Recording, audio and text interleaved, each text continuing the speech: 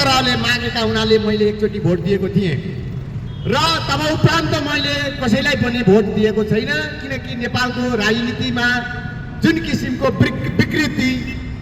सडकमा झन्डा र डन्डाको भरमा शासन सत्तामा हालिमुहाली गर्न पुगेका जनताका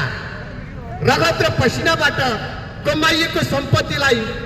अनेक तरिकाले अनेक दिक्कमबाट आफ्नो कोल्टामा पारी जनताको मत जनताकै पैसाबाट किनेर जनताको शासक भएकाहरूले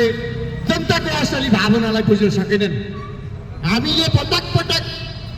हामी हेर्दै आयौँ, हामीले माओवादी,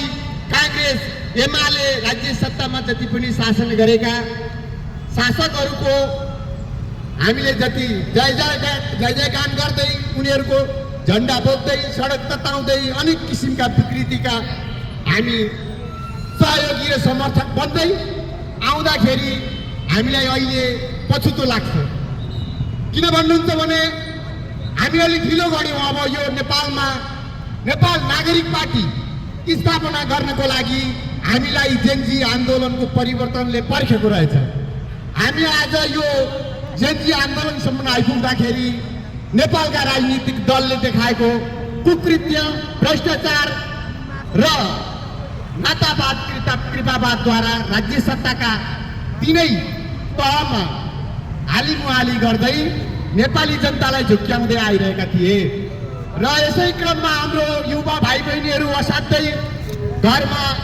दैनिक बुबा आमाको झगडा किन हुन्छ भने बेरोजगारीले गर्दाखेरि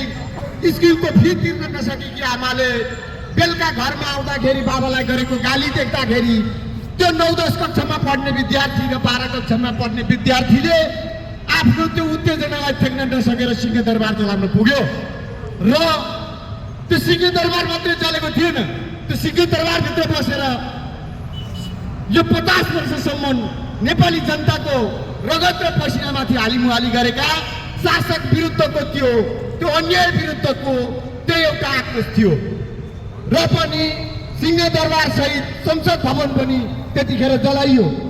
त्यो हुन नहुने थियो।